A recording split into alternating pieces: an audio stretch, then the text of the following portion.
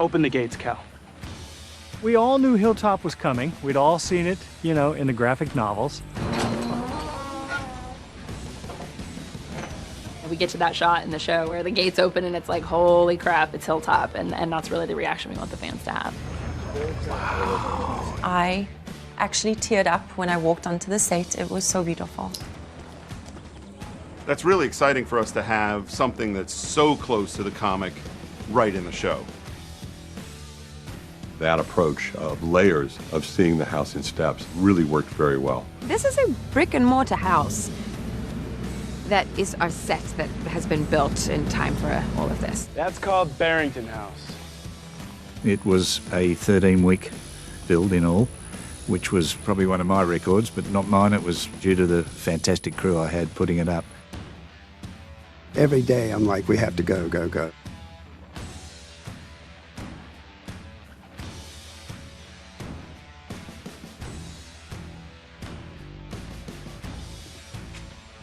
Nothing says brick like brick. It's got this fantastic kind of colonial fort kind of vibe. These logs that you see all around us, these logs are dug 6 feet down into the ground. I mean, you really could survive in this. Around about 1,000 poles, great colour. They don't all stand straight. Bits of the numbers are still on them and everything, so it's got a great look. Feels like not a bad place to be in a zombie apocalypse. So maybe we'll be here for a minute. This is the interior of Hilltop. Handmade. All this. Fabulous. The set deck have done a fabulous job. Look at the drapes. It's pretty rich. These are real, solid buildings everywhere, everywhere. I mean, this is a mega set. For television, this is as big as you get. And everything is practical. Real cow pens, real horses, real food being grown here. To see these tiny little, like, sprouting tomatoes and peppers, it just kind of signifies, like, wow, we've come across new life, and we've come across a new hope.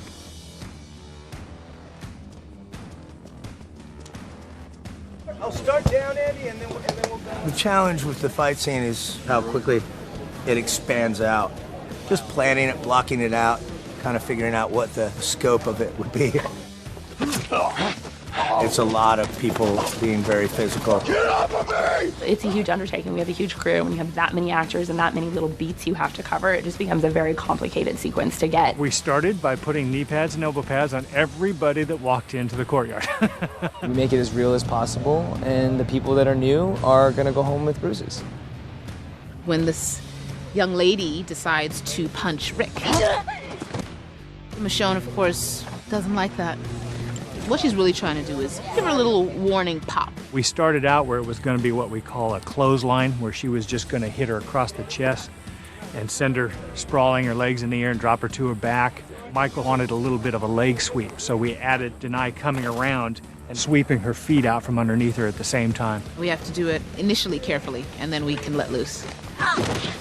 Don't. I didn't realize that the guy that I was fighting was an ex-MMA fighter. He was twice my size, and I said, is this the guy I'm supposed to be wrestling with? Yep. But we had fun. He was brilliant. That is freaking awesome.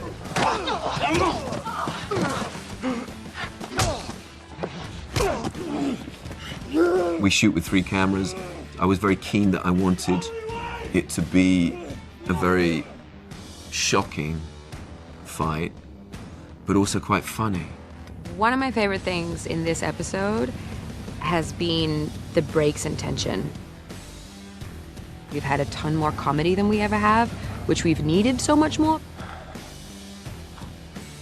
What? And they're just looking on in abject horror at this maniac. It was a great scene.